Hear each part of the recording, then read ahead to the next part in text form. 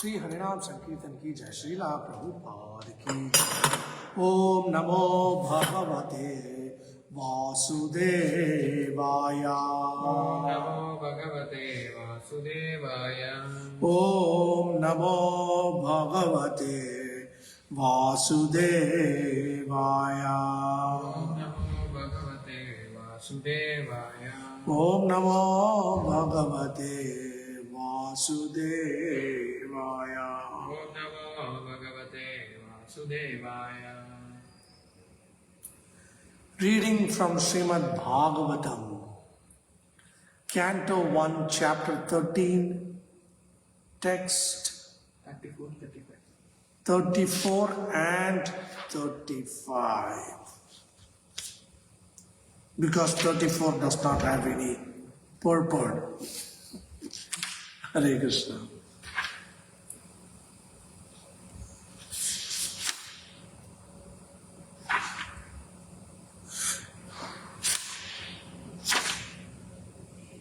Pityaruparate Pandao Sarvana Suhrida Sishun Araksatam Vyasanata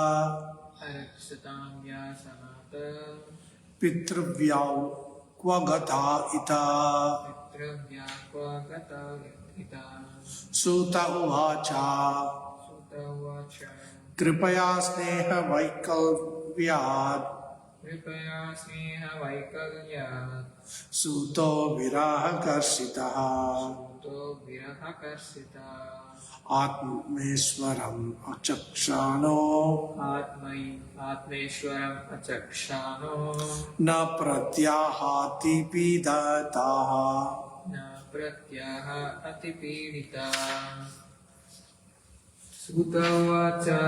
No, 34. Pitaray uparate pandau Sarvana Suhrida Shishun Araksatam Vyasanataha Pitravyau Kvagata Itaha Suta Uvacha Kripaya sneha vaikalya Kripaya Sneha Vaikalvyat Suto Viraha Karchita Atmeswaram Achakshano Na pratyaha Pratyahati Piditaha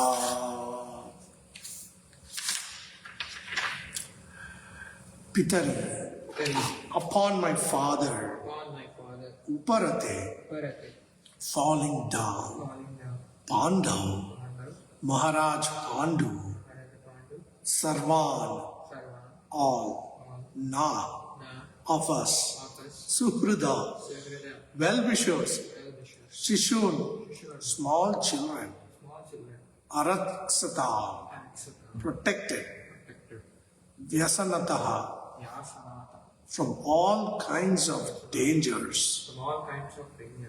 Pitruvyau, uncles, where the thou have departed, ita, from this place.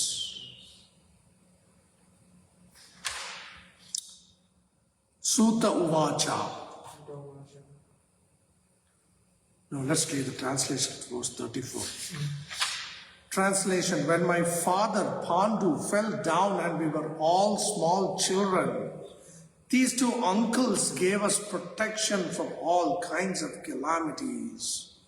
They were always our good well-wishers.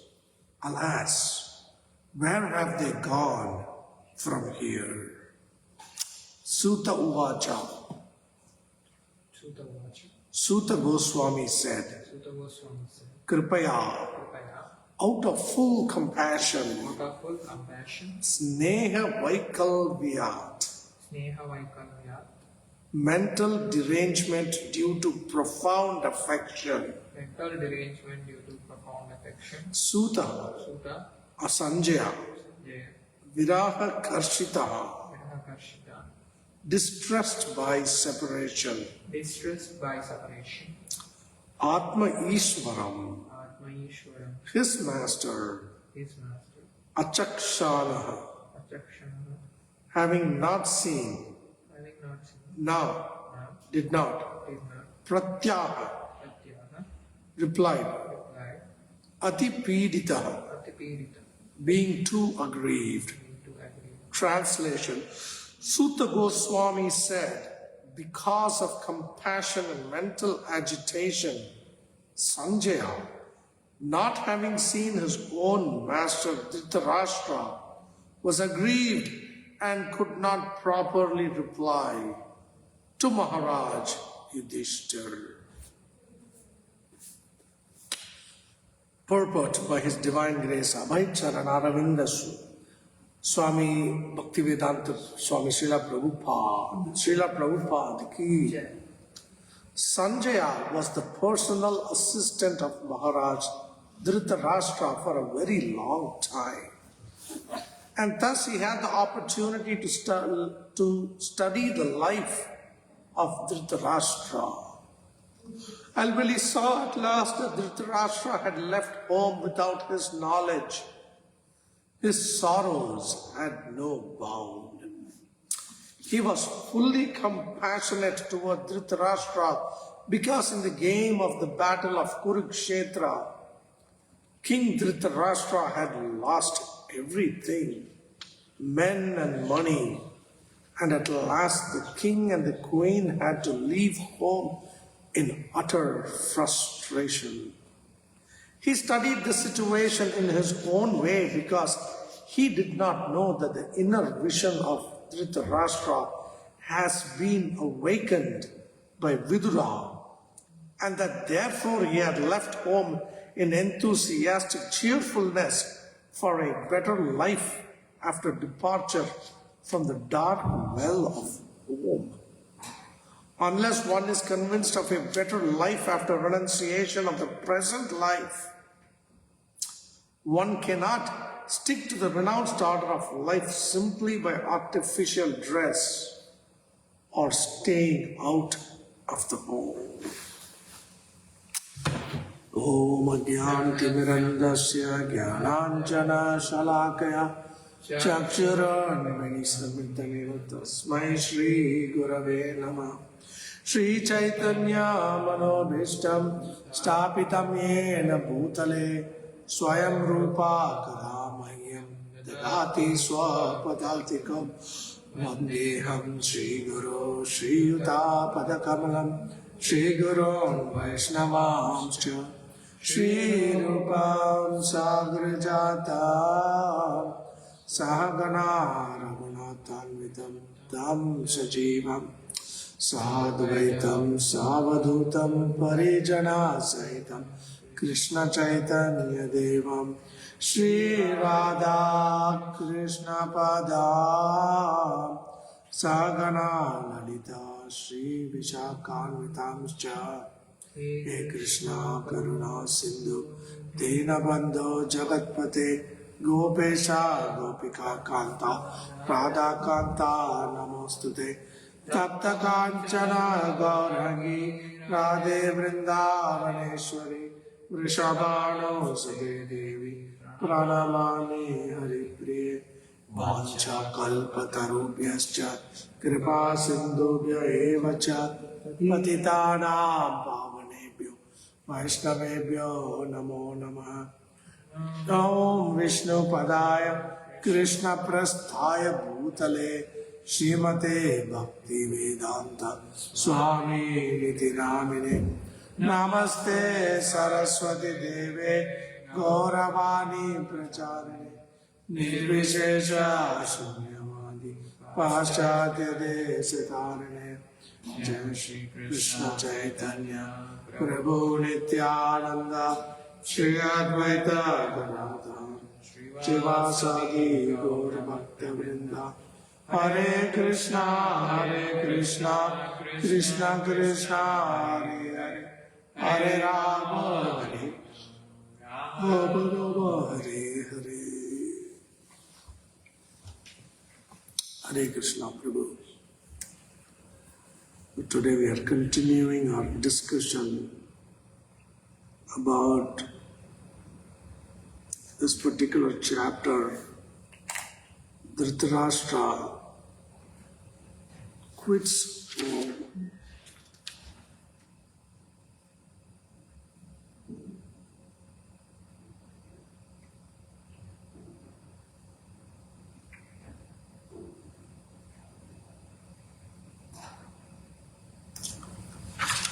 In these verses leading up to this verse, see the vision of a pure devotee.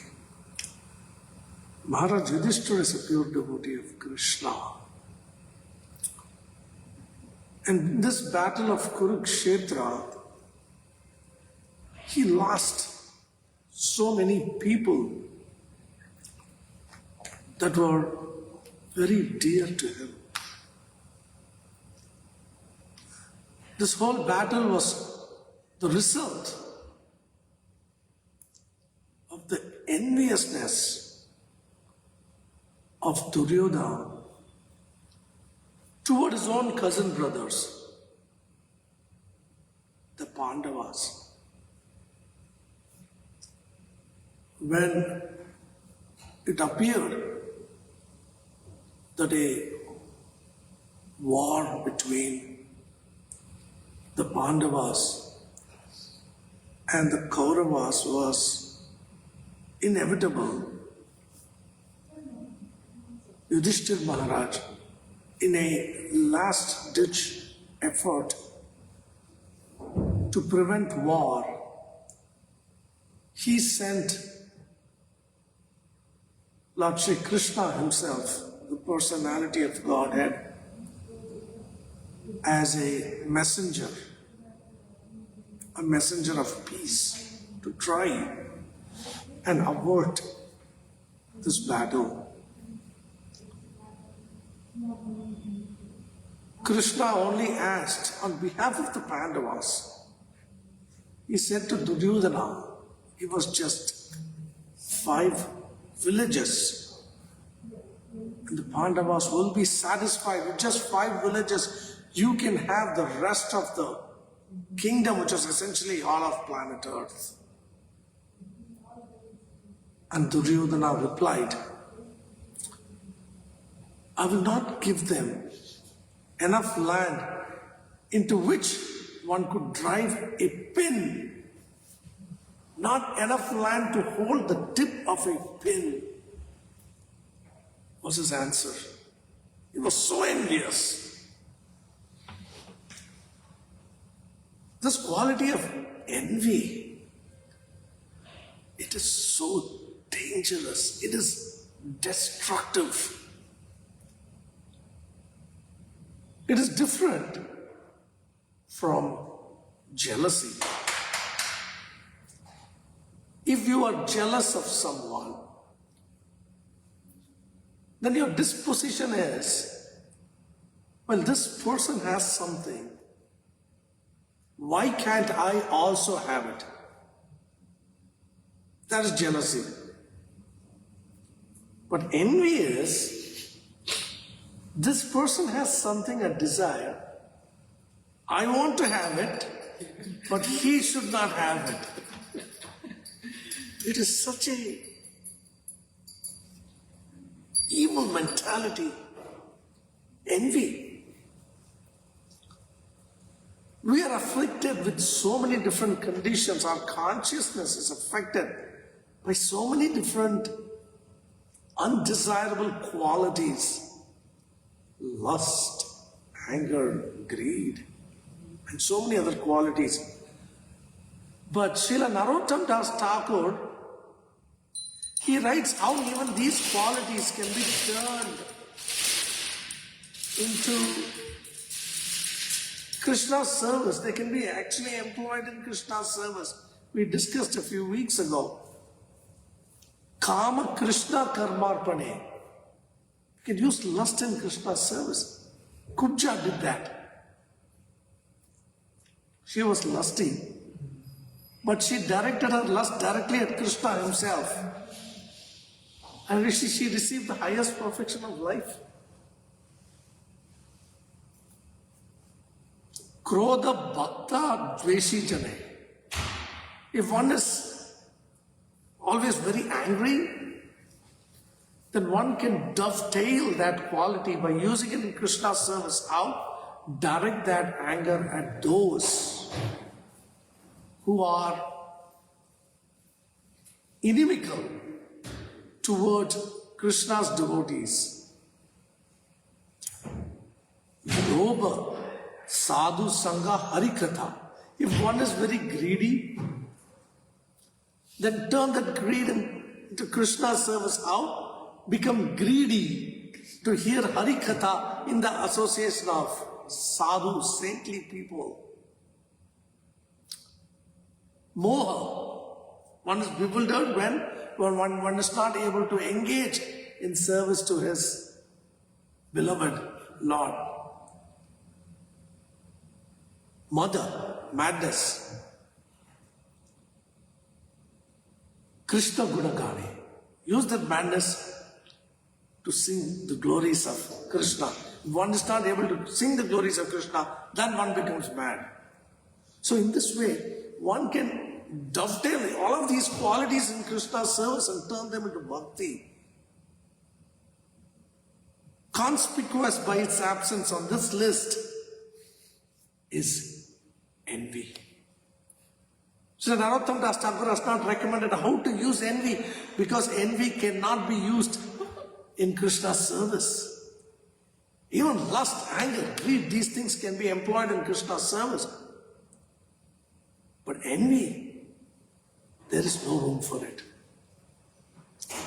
Duryodhana was so envious that despite being asked for only 5 villages out of this whole earth, which is such a large place, his kingdom was so big. If he had simply given 5 villages, both parties could have lived happily. But he was so envious, he refused to give even enough land to drive a pin through. And he ordered Krishna, who appeared as a messenger, to be arrested. This was very much against etiquette. The messenger is simply bringing a message. In those days, the messengers were left unharmed because they had nothing to do with any transactions. They were simply delivering a message and carrying any message back from the rival party. In the serious violation of etiquette, Duryodhana ordered Krishna to be arrested. Krishna at that time, he manifested a universal form, so nobody could even go near him. Now Duryodhana, he could see that universal form. Maharaj Dhritarashtra, he could not because he was blind. But this form is so profound, he could feel it. Despite seeing such a magnificent form of the Lord, Duryodhana still could not understand that present before him was the very personality of God and the supreme controller of all controllers, because his envy blinded and covered his intelligence. In the 9th chapter, we see Krishna tells Arjuna that this knowledge that Krishna is sharing with Arjuna on the battlefield of Kurukshetra, Arjuna can understand because he is non-envious. So when we have envy, it destroys practically all other qualities we may have.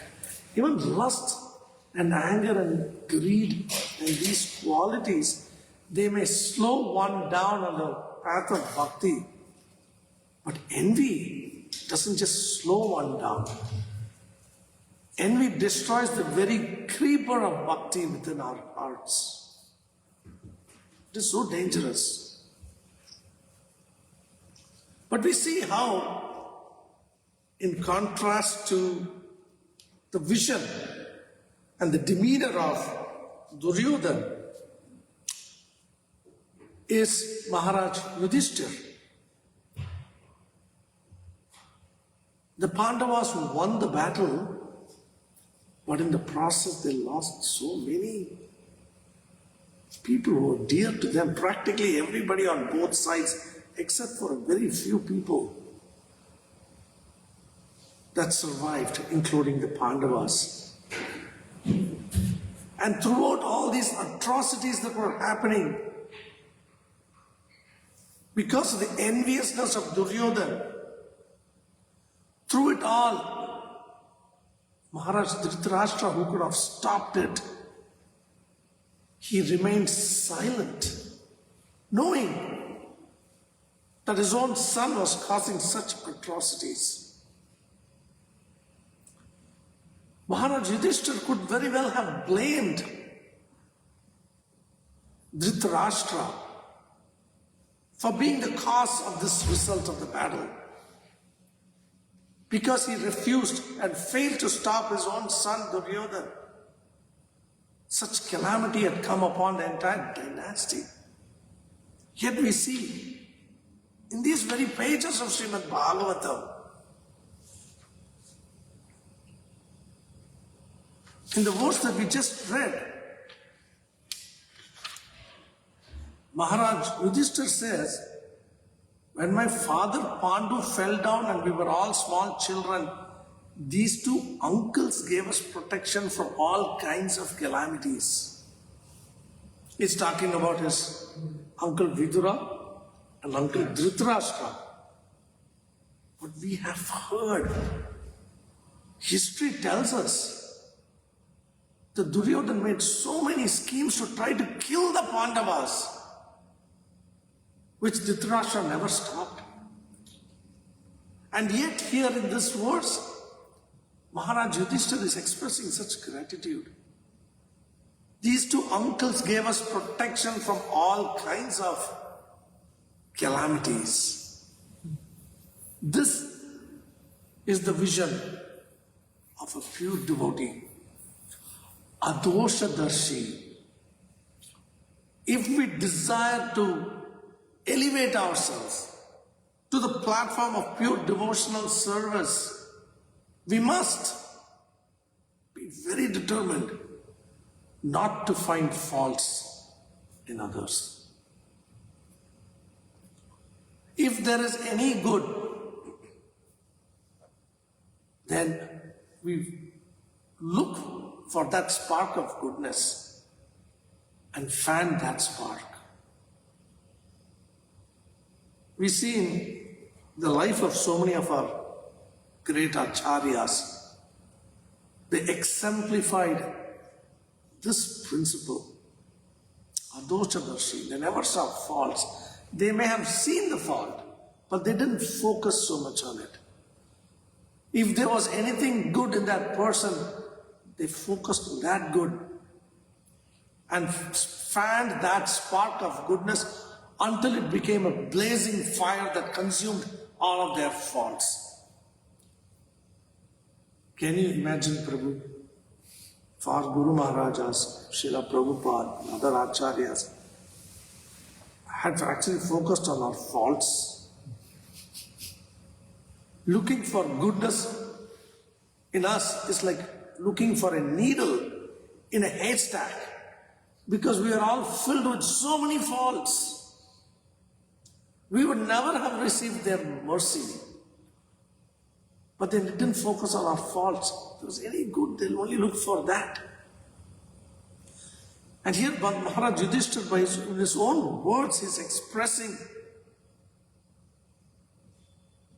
and allowing us to get a glimpse of how a pure devotee sees this world. It's expressing gratitude to his uncles.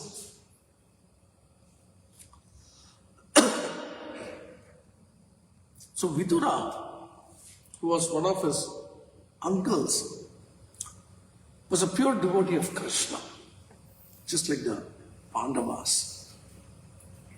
Now, beyond this material world, which is predominated by death, in every lifetime one is subject to birth, old age, disease and death. Beyond this world of death is the Brahma Jyoti,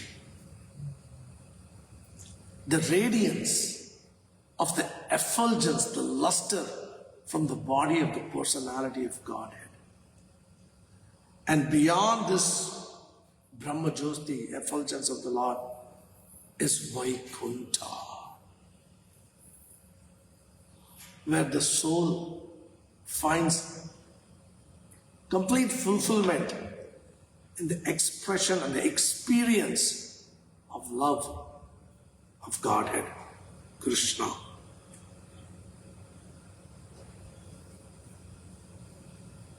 And Vidura, because he was a pure devotee of Krishna, he knew these things.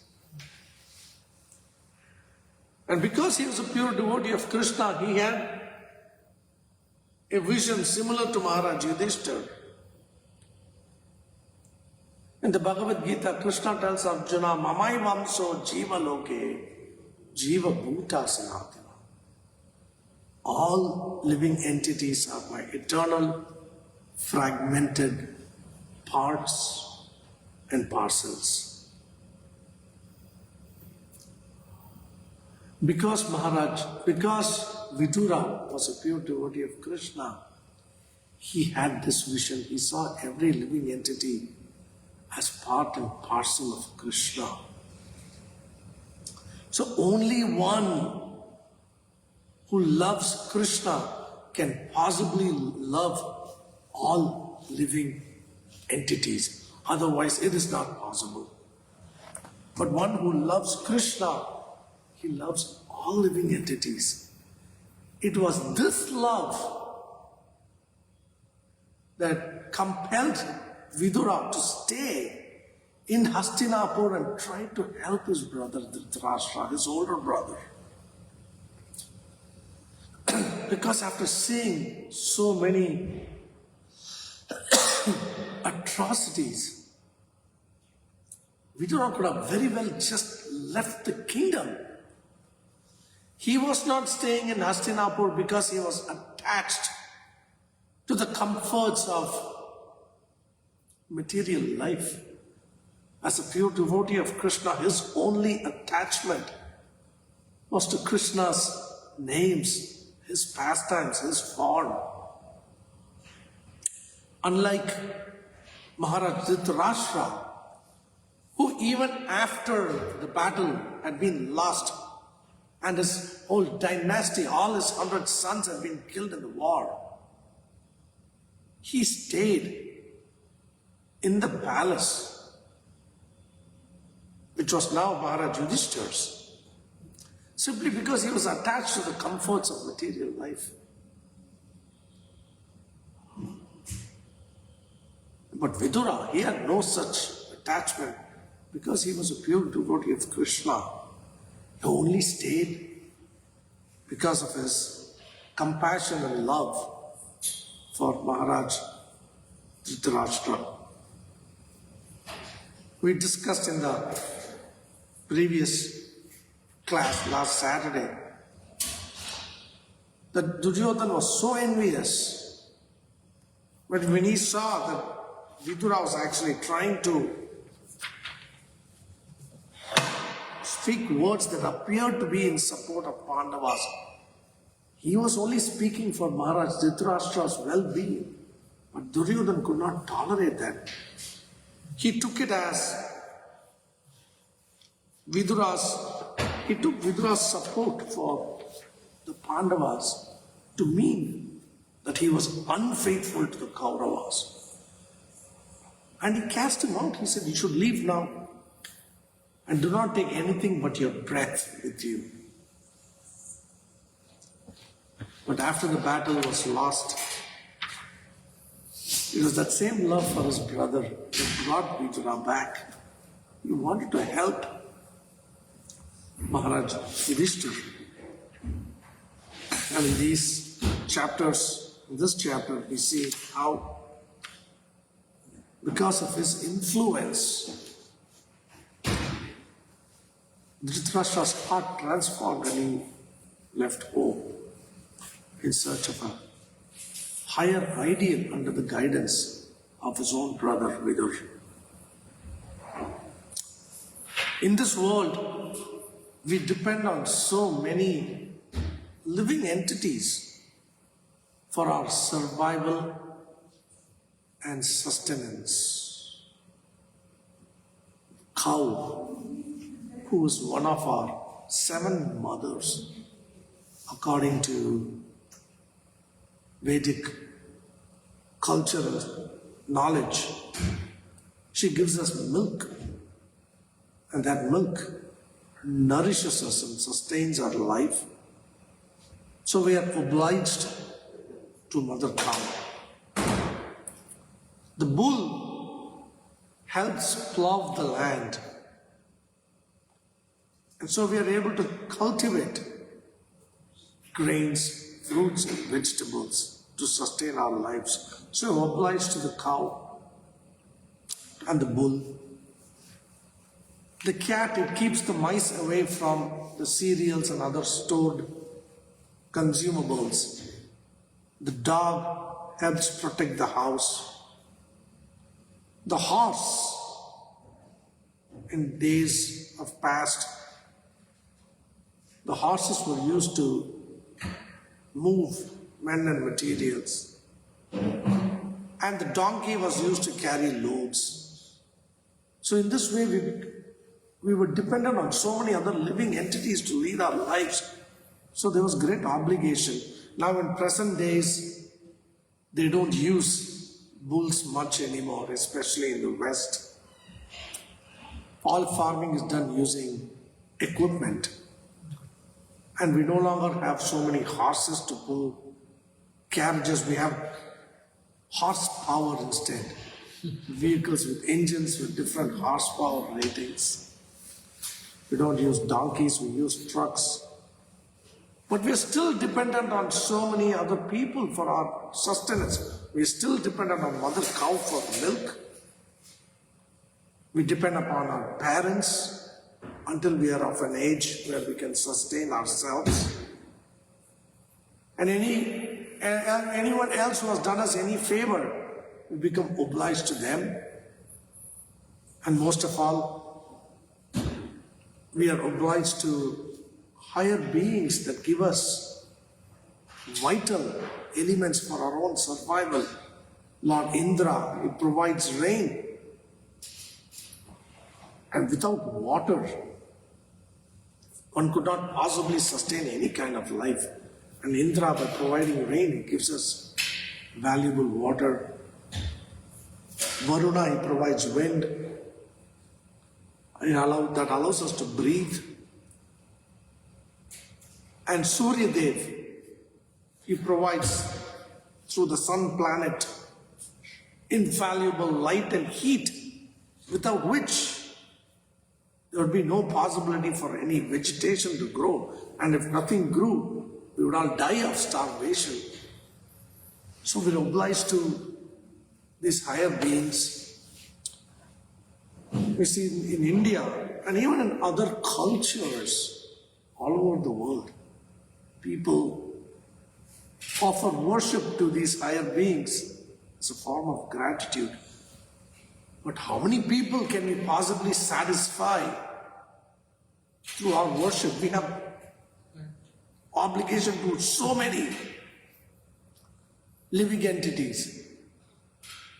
But Shrimadbhagavatam explains that when we surrender to Krishna, when we take shelter of Krishna, all our obligations are fulfilled. We are no longer obliged to anyone. This is the great benefit of taking shelter of Krishna, personality of Godhead. And Shrimadbhagavatam, it teaches us how to take shelter of the personality of Godhead, Krishna. And through these pastimes, it's showing us how great souls, they took shelter of Krishna even during the most difficult times. And difficulties come upon every one of us. Nobody is spared in this material world. And when we examine the lives of these great souls, we learn invaluable lessons about how to handle different circumstances that come upon us in our lives. When Vidur was asked to leave, taking nothing with him, he was actually happy because he saw opportunity instead of calamity. For years he had been involved in political affairs. So when he was asked to leave, he saw this as an opportunity to go on pilgrimage. So for so many years he was just wandering from one holy place to another, just fully absorbed in remembering Krishna and chanting his holy names and associating with saintly personalities. Yesterday I was speaking on the phone with Manavala Dasan. I think it was the day before yesterday. And he was the one that introduced me to this world of Krishna consciousness and convinced me to join ISKCON. So I was discussing with him, and on the phone also was his wife, Sudha Saki Mataji. And we were discussing about an incident that happened about 3 or 3.5 years ago, when Manamal Dasan had a falling out with another close friend from high school. Something happened, they had a disagreement and things escalated, and finally they were no longer on talking terms. They haven't spoken since then. But this other third person has been going through a very difficult time. He's going through divorce, estranged from his own kids. So I mentioned this to Manavala Dasan and his wife. And do you know how his wife reacted? See, when they had this falling out, this other friend, he spoke very harsh words. Not only about Manavala Dasan, but about his wife also. So ordinarily, when someone does that, the reaction could be, when we hear that person is going through a lot of trouble now, we like to think, well, that's his karma for what he did to me. Yes, that's what generally people like to think. And they may find joy in the fact that now that person is suffering because he said such harsh words about me, because he caused me so much pain at that time. Now it is good that he is suffering this way. If one felt that way, it would not be completely unjust, because there is karma. You reap as you sow. So when you walk, as they say in America, what goes around comes around. So when we cause pain to others through our words and actions, it is only a question of time before some kind of pain is inflicted upon us, either by other living entities, or by our own bodies, or by calamities. Adi Atmik, Adi Bhautik, Adi Devik. So one would not be out of place if one reacted in that way. But his wife, when she heard, and I told the two of them what he's going through now, See, it is a very painful situation to be in when your own kids hate you. It's very painful. So when she heard, she was not rejoicing. Well, he got his karma for what he did. He deserves that. She was actually pained to hear this. And she told me, Prabhu, we do not wish this on anybody, leave alone him. We do not wish this on anybody because he has done something unpleasant to us. We are not wishing ill upon him. This suffering that he is going through is not bringing us any joy. It is simply causing pain for us. This is the vision of a Vaishnava. Para dukkha dukhi. Your happiness is my happiness, and your suffering is my suffering. Only when one takes shelter of Krishna, only when one is free of envy in the heart, one can actually think like this. Because in the conditioned state of life, one may say or act in ways that are contrary to one's true nature. But a devotee is able to see this person is behaving in such a way because of his own conditionings. Just as if one were to visit an asylum where mentally afflicted people are being treated. So one of them may say something very unpleasant to us, but we don't hold it against that person. Why? Because we know we are in an asylum for mentally affected people. This person does not know what he's talking about. So in this world, so many people say so many things to us. But if we do not understand the nature of this world and how it works, we may be affected by these words, by these actions. But if we understand that the modes of nature work on people in different ways and causes them to act in ways that are contrary to their true nature, then we will understand this is not that person at all. This is simply the modes of nature working according to that person's karma, causing him to act in so many different ways. That is what Shrimadbhagavatam does, that's what Bhagavad Gita does.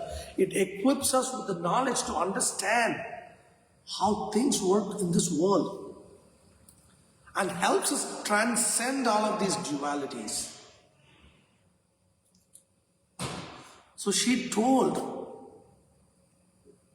her husband, my dear friend Manavala Dasan, that if you are holding anything in your heart against this person, you must simply forgive him and pray that he be relieved for all this suffering. And incidentally, when this conversation happened, my friend Manavala Dasan, he was in Sri Rangam, the holiest of all holy cities for the Sri Vaishnavas. It's the capital of Sri Vaishnava Sampradaya. So he said, I will go to the deity and offer prayers that my friend may be relieved of this suffering, even though they are no longer friends. So this is the vision of a Vaishnava. And this is what we aspire to be.